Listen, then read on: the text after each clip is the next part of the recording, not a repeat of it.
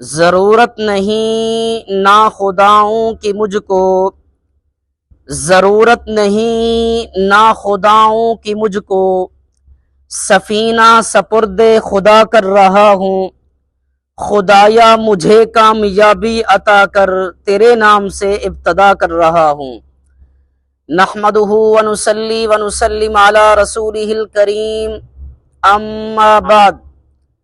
میں نے دیکھی ہیں ہر ایک پھول کی آنکھیں پرنم، میں نے دیکھی ہیں ہر ایک پھول کی آنکھیں پرنم، کیسے کہہ دوں میں کہ گلشن میں بہار رہی ہے۔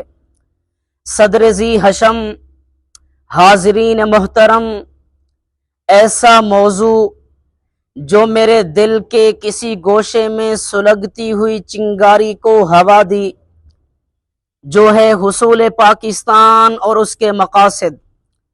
عالی وقار چند ساعتوں کے لیے زمام تخیلات میرے ہاتھ میں تھما دیجئے۔ نظریں ذہن کے اسٹیج پر لگی تخیل کی آمد کے منتظر ہیں۔ اچانک پردہ اٹھتا ہے۔ 14 اگست 1947 کا منظر۔ سامنے ایک آدمی اپنی گود میں اپنے شیرخوار بچے اور اپنی انتڑیوں کو لیے بیٹھا زندگی کی کربناک ساعتیں گزار رہا ہے۔ ادھر دیکھیے، ایک گڑھے میں ایک ماں لیٹی ہوئی اپنی بچی کو تھپکیاں دے دے کر سلاتے ہوئے خود اپنی نیند سوتی چلی جا رہی ہے۔ وہ دیکھیے، ایک بابا سامنے پاکستان کی سرحدیں دیکھتا ہوا اوندھے منہ گرتا ہے۔ اسرائیل زخم زخم کف سے انصری سے روح کو آزاد کر دیتے ہیں۔ شاید ان بزرگوں نے جذبات کے سیل میں بہتے ہوئے یہ کہہ بھی دیا ہو، ہم نے سوکھی ہوئی شاخوں پہ لہو چھڑکا تھا، ہم نے سوکھی ہوئی شاخوں پہ لہو چھڑکا تھا، پھول اگر اب بھی نہ کھلتے تو قیامت کرتے۔ سامعین محترم، ہاں پھر پھول کھلے، کھلتے گئے، کہیں تعفن پاش بدعنوانی کے پھول کھلے تو کہیں دہشت گردی کے سیاہ پھول کھلنے لگے، کہیں ہماری ہما جہت غیر ذمہ داریوں نے گلہائے رنگ رنگ کھلائے۔ کسی دانا نے کیا خوب کہا تھا، سیرت نہیں تو آرزو رخسار سب غلط، سیرت نہیں تو آرزو رخسار سب غلط، خوشبو اڑی تو پھول فقط رنگ رہ گیا۔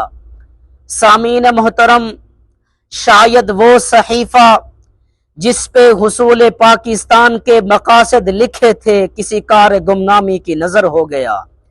سامعین محترم، پاکستان کے حصول کا مقصد تو تھا کہ نظام لا الہ الا اللہ ہو، پاکستان کے حصول کا مقصد تو تھا کہ شریعت محمدی پہ عمل کیا جائے، پاکستان کے حصول کا مقصد تو تھا کہ عمل پر کتاب اللہ ہو، پاکستان کے حصول کا مقصد تو تھا کہ شریعت محمدی اس پاکستان میں نافذ ہو، پاکستان کے حصول کا مقصد تو تھا کہ توکل علی اللہ ہو، پاکستان کے حصول کا مقصد تو تھا کہ نصر من اللہ ہو، پاکستان کے حصول کا مقصد تو تھا کہ انکار پرستش غیر اللہ ہو، پاکستان کے حصول کا مقصد تو تھا کہ معبود ہو تو ایک اللہ ہو، پاکستان کے حصول کا مقصد تو تھا